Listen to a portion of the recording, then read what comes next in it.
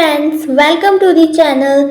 आप सबका स्वागत है हमारे नए वीडियो में। अगर आप हमारे चैनल पे नए हैं तो हमारे चैनल को सब्सक्राइब ज़रूर कीजिए। चलो कहानी शुरू करते हैं।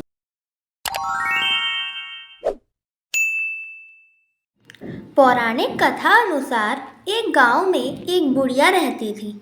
वह खूब व्रत पूजन करती थी। जब उसकी उम्र पूरी हो गई तो उसे एक दिन यमदूत उसे लेने आए और वह उनके साथ चल दी। रास्ते में चलते चलते एक गहरी नदी आई तो यमदूत ने उनसे पूछा कि माई, तुमने गोदान किया है या नहीं। बुढ़िया ने तुरंत पूरी श्रद्धा से गाय का ध्यान किया तो गाय उसके समक्ष आ गई। फिर बुढ़िया उस गाय की पूंछ पकड़कर नदी आसनी से पार कर गई। कुछ देर बाद उसके रास्ते में काले कुत्ते आ गए। तब यमदूत ने कहा कि कुत्तों को खाना दिया था या नहीं। बुढ़िया ने फिर कुत्तों का ध्यान दिया तो वे रास्ते से चले गए। बुढ़िया फिर से आगे बढ़ने लगी। तब उसके रास्ते में कौवा आ गया और उन्होंने उसके सिर में चोंच मारनी शुरू कर दी। तो यमदूत बोले कि किसी ब्राह्मण की बेटी के सिर में तेल लगाया था या नहीं। बुढ़िया ने फिर ब्राह्मण की बेटी का ध्यान किया तो कौवे वापस चले गए।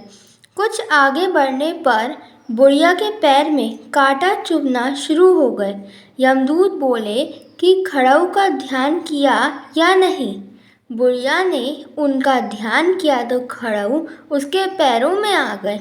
बुढ़िया फिर आगे बढ़ी तो फिर चित्रगुप्त जी ने यमराज से कहा कि आप यहाँ से किसे लेकर आए हैं। तब यमराज जी बोले कि बुढ़िया ने दान पुण्य तो बहुत किए हैं, लेकिन उन्होंने अपने जीवन में धर्मराज के लिए कुछ नहीं किया, इसलिए आगे के द्वार इसके लिए बंद हैं। धर्मराज की सारी बात सुनने के बाद बुढ़िया बोली कि आप मुझे सिर्फ 7 दिन के लिए धरती पर वापस भेज दें। मैं पूरी श्रद्धा से धर्मराज जी का व्रत और उद्यापन करके वापस यहाँ लौट आऊँगी। यमराज ने उन्हें धरती पर वापस भेज दिया। बुढ़िया अपने गांव आ गई और गांव वालों ने उसे भूतनी समझकर अपने घर के दरवाजे बंद कर दिए। वह जब अपने घर गई तो उसके बहू बेटे ने भी डर के मारे दरवाजे बंद कर दिए। बुढ़िया ने कहा, मैं भूतनी नहीं हूँ, मैं तो धर्मराज जी की आज्ञा से सिर्फ 7 दिनों के लिए धरती पर वापस आई हूँ। इन 7 दिनों में मैं धर्मराज जी का व्रत और उद्यापन करूँगी। बुढ़िया की बात सुनकर बहू बेटे उसके लिए पूजा की सामग्री ले आए, लेकिन जब बुढ़िया कहानी कहती है तब हुकार नहीं भरत, जिससे बुढ़िया बाद में अपने पड़ोसी को कहानी सुनाती है और वह हुकार भरती है।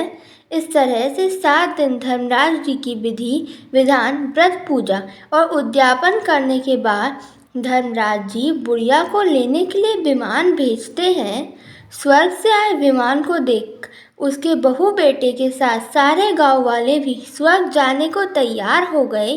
बुढ़िया ने कहा कि तुम कहाँ तैयार हो रहे हो?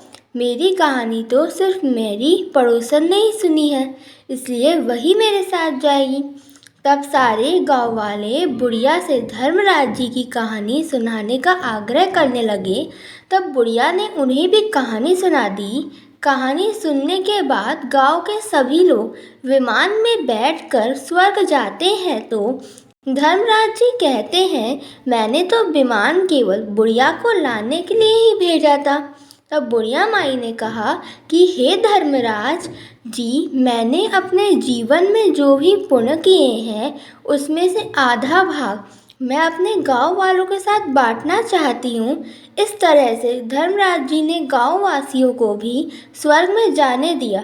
हे धर्मराज महाराज, जैसे आपने बुढ़िया और उसके गांव के सभी लोगों को स्वर्ग में जगह दी, उसी तरह हमें भी देना। साथ ही कहानी सुनकर हुकार भरने वालों को भी, कहानी कहने वालों को भी परलोक में जगह देना। धर्मराज महाराज की जय। अगर आपको मेरा ये वीडियो पसंद आए तो इसे लाइक कीजिए, सब्सक्राइब कीजिए और शेयर ज़रूर कीजिए। और आप मुझे कमेंट में बता सकते हैं आपको कौन सी कहानियाँ और सुननी है। धन्यवाद।